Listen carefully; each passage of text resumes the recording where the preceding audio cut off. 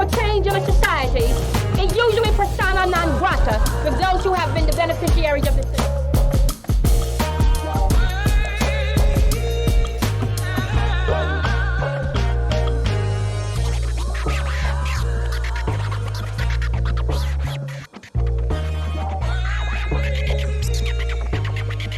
Welcome to On the Record, and I'm Ebony McMorris, White House correspondent for American Urban Radio Networks. Now, today we're pulling back the curtain on what can be described only as an economic takedown.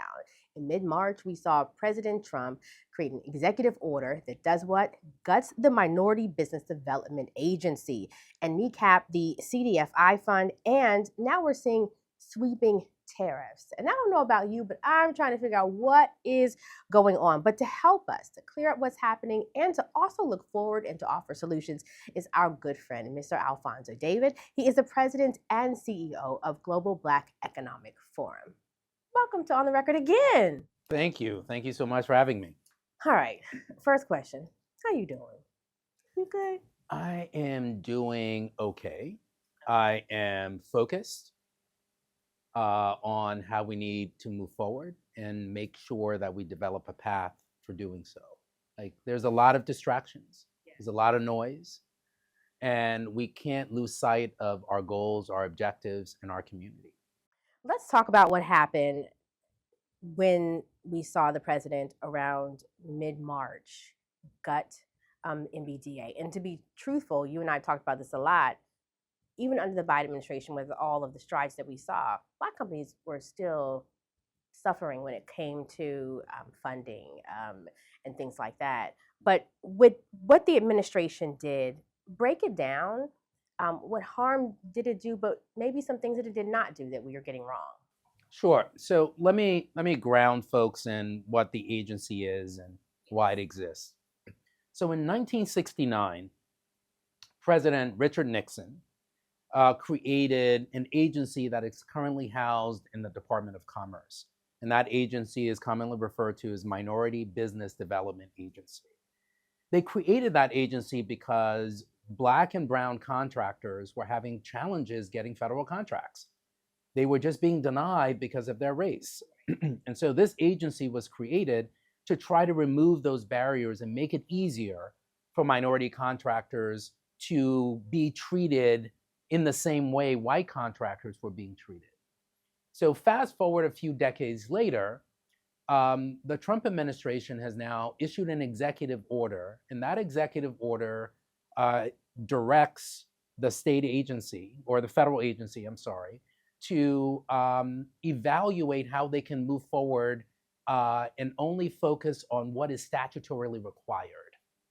So, as opposed to what some people believe the executive order eliminated the agency, the executive order cannot do that because MBDA was created by statute.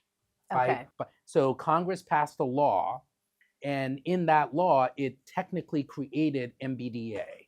So an executive order can't remove that, can't eliminate it, but what the executive order seeks to do is to remove the resources. So we can gut it. So it's there. Yeah, but so it's there, but to gut the agency. So the agency was technically listed as having 84 FTEs, which are full-time employees.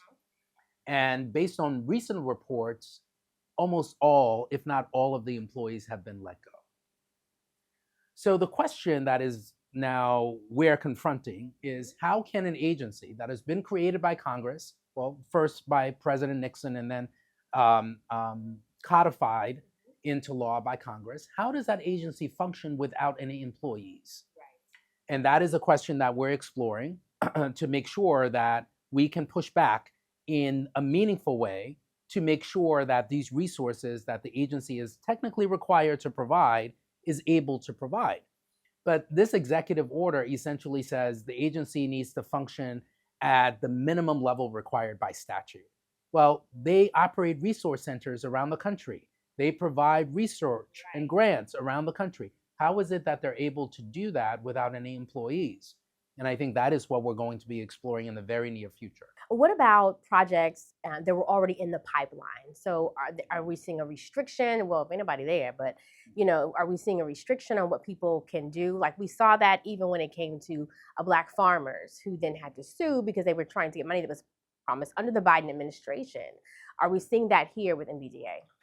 We will eventually see that with MBDA. So MBDA, of course, provides resources and grants to training, and there are cycles for doing that work. So when we hit the next cycle, we will see how the administration is going to be addressing those issues. But we have to be concerned about this because this is not only about a contractor in Washington, D.C. or a contractor in California. This is about federal contracts and whether we are operating them fairly and equitably. We have $770 billion with a B that is spent by the federal government every single year. $770 billion. Guess how much, guess in terms of percentage, goes to Black contractors? I think it's around 3. I know it's low. It's almost invisible. Is it 2%? 2. Okay. 2%. Now, for all racial and ethnic minorities, is 6%. But we double down on Black. We double down on Black, which is 2%. 2. Of the $770 billion that is spent every single year. And that's an increase. That is an increase, but a marginal increase. Very. When we're looking at 26 or 22%, I'm sorry, 22.6% of firms are minority owned. 22% minority owned firms, and yet we're only getting 6% of the contracts, and for Black firms, 2% of those contracts. And then he comes in and says, I want to cut everything DEI related. Correct. Now, the executive orders that have been issued, and there have been many, reference what is referenced as illegal DEI. Nobody really knows what that means. Because for folks to just appreciate, diversity, equity, and inclusion is legal. There is no law that prohibits diversity, equity, and inclusion. And the executive orders have to comply with federal statutes, and they have to comply with the U.S. Constitution, which is why you're seeing all of these lawsuits. Because yes, a president can issue an executive order, but the executive order has to comply with federal law and the Constitution. And so simply saying you can't engage in illegal DEI doesn't really mean anything, because no one knows what that means. And there's a fundamental tenet in law that says you can issue executive orders, you can pass laws, but they have to be clear. So I know what's prohibited and I know what's permissible. If you're referencing illegal DEI and we don't know what it is and you haven't defined it, that's vague. And as a result, I can challenge it constitutionally because I don't know what's permissible and I don't know what's prohibited. I think part of the issue also is, even though it seems like there's a lot of uncertainty and clarity out of a lot of these orders, states are responding, right? States are pulling back. Some people are scared to challenge it, although I am glad we have seen lawsuit after lawsuit challenge. But now he's also going after law firms, and so it is like, even if it doesn't make sense, it is causing people to change what they do. I was speaking with a member of the state legislature in Mississippi, and he said, well, I mean, one thing we need to do then is go back and look at how we change the language. So we still offer a lot of services, but we need to change the way how we word things. And I was like, is that one of the solutions? That is a solution, but I think before I even propose that as a viable option, I think we have to take a step back and appreciate that folks are approaching this in different ways depending on their risk and exposure. What are you seeing? So the law firms, for example, we have law firms that are suing the administration. They're saying these orders are unconstitutional. You have other law firms that are essentially capitulating and entering into settlement agreements with the administration. Where they now some work with the administration. Now, what's concerning, there are a number of things that are concerning about that. And specifically, the administration and the president himself has said that these law firms are settling even though they did nothing wrong. It's a public statement. So when you settle these cases, what they're also agreeing to is millions of dollars in pro bono work that advances the priorities of the administration. And I think that's deeply problematic because then you're essentially foregoing other work that is important, other work that is needed, right? Pro bono means I can't afford legal counsel. I don't have resources. So you're going to provide that support. And in some states across the country, law firms and lawyers are required to provide pro bono support over the course of their we have to be certified after a few years. So during your certification period, you have to provide this. So by law firms saying, we will primarily do pro bono work that are consistent with the administration's priorities is problematic. But getting to your specific question of, is one solution here just changing the language, changing the nomenclature? Yes, that is an answer, but not to the exclusion of the work. What I mean by that is, you can call it whatever you want, but if you're no longer doing diversity, equity, and inclusion work, that means that you're creating additional risk and exposure. Because, by the way, just in case no one reminded you, you have to comply with the civil rights laws. So the civil rights laws basically prohibit discrimination. But we're seeing an attack on civil rights laws. We're seeing attack on who really should benefit from DEI. I mean, it is literally everything has been turned upside down. And now the added tariffs. Yes. That we're yes. seeing. So yes, you're right. Things are being turned upside down, but let's remember the rule of law. I know in this moment when we have the barrage of news reports that are telling us the world is upside down, yes, and we have to acknowledge that. Right. Let's also remember we have something called the Constitution. We have something called statutes. And until those things change, we have to make sure that we're holding organizations, law firms, businesses accountable to comply with those statutes and those regulations. And right now, the last time I checked, there were still laws in the books that prohibited discrimination. So when you do away with diversity, equity, and inclusion programs, you need to explain to many of us on the front lines doing civil rights work, how are you going to comply with civil rights laws? Because remember, for civil rights laws, it is intentional discrimination, or you create an environment that has the impact of discriminating against people. So if you don't have any women working in your senior executive suite and you do away with diversity, equity, and inclusion, you've created risk. Right. Right?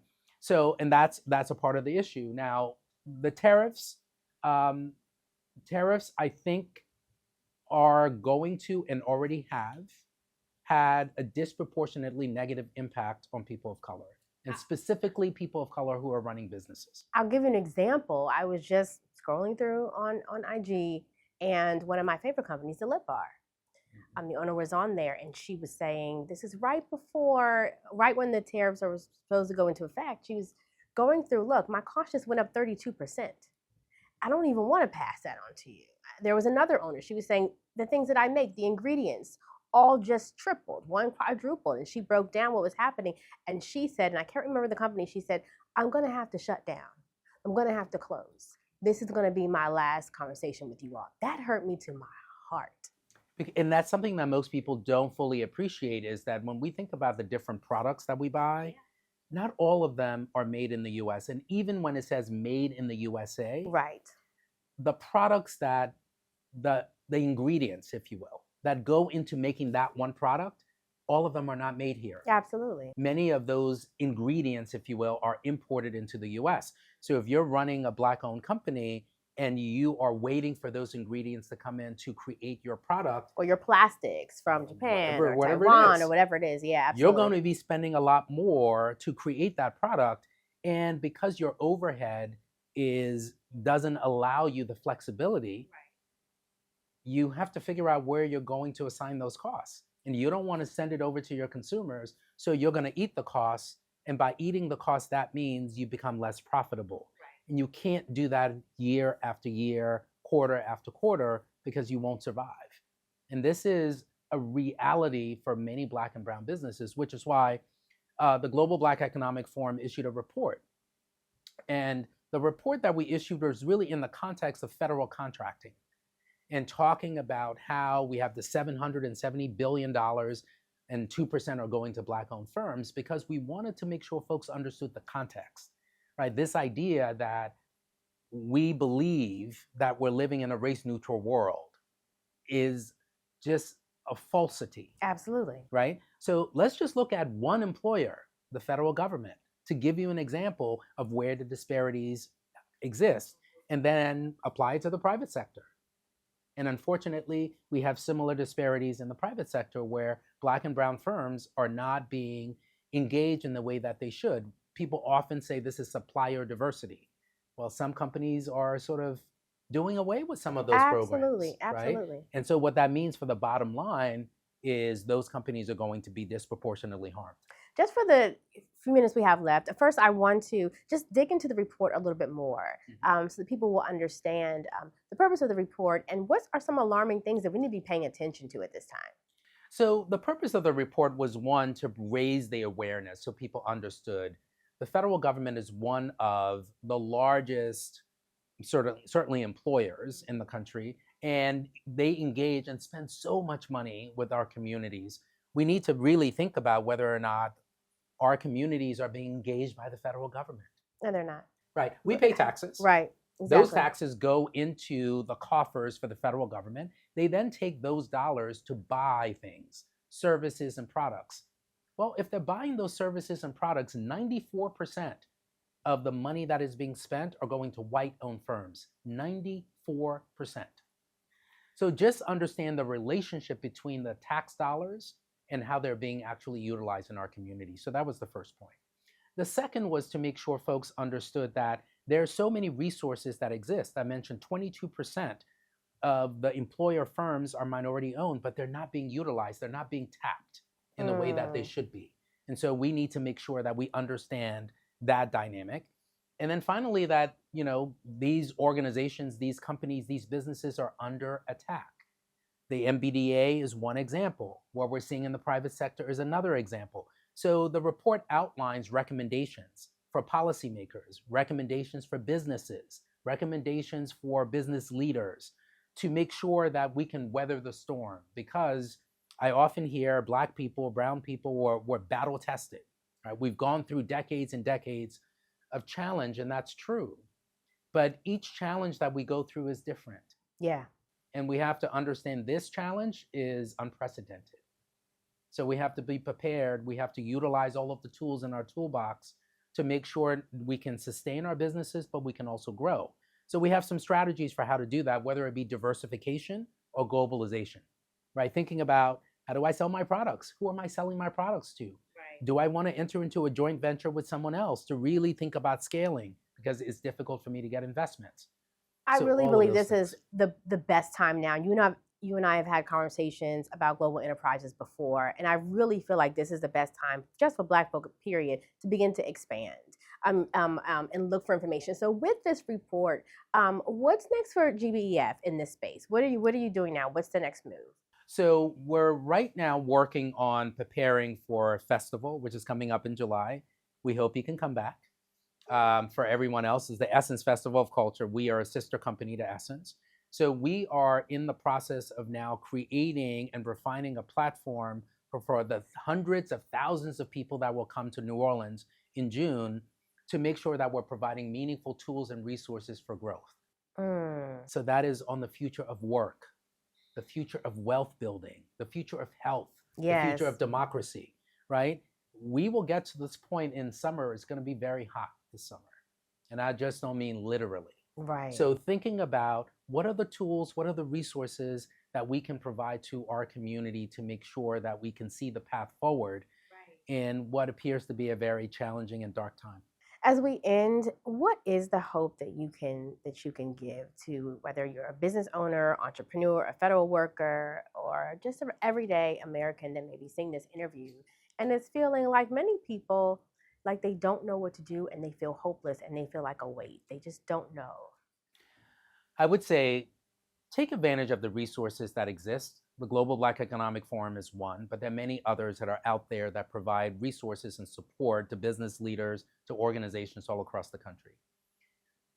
More important, or just as important, I should say, as the resources that exist, let's remember we've seen this movie before. I said that, but I'm like, have we We've seen this movie before. It was Okay. just called something different. Right. Right? We've gone through Jim Crow, we've gone through slavery. Yes. They were called different things. Right. And the circumstances were different. The underlying ethos was the same, which is how do we get to a place that we can be treated with equity, with equality of value. In the past, we were fighting for survival for our very lives. We are still fighting for survival. We're still fighting for survival. Yeah. You know, is economic survival, social survival, but we're still fighting for that survival. And so I understand some days are difficult when we're reading the newspaper or seeing what's on television. But let's remember our history. Let's remember where we came from. And also let's remember the community that we exist in, right? We're not doing this alone. Right? Our neighbors, our friends, our colleagues are in the same fight. Right. And let's remember to rely on that community. I think community should be the word that we continue to have in our mouths as we go through this process. Where can people go to get more information, to get these resources, to switch up the conversation that we've been having of hopelessness? Where can the people go to get more information? So they can go to gbef.com, the Global Black Economic Forum.com. We have hours and hours and hours of video that people can watch. Sort of how do I start a business? How do I expand? We have resources that are available through our sister company, New Voices Foundation. New Voices Foundation provides resources and support to businesses all over the country. Folks should take advantage of those resources. And we also we're on every single social platform, thanks to Michael. We're on every single social platform known to man and woman. So please connect with us, whether it be on X or Instagram or LinkedIn, and get the information that is out there to make sure that you can survive this time, but also find the opportunities to thrive in this time, because opportunities are there.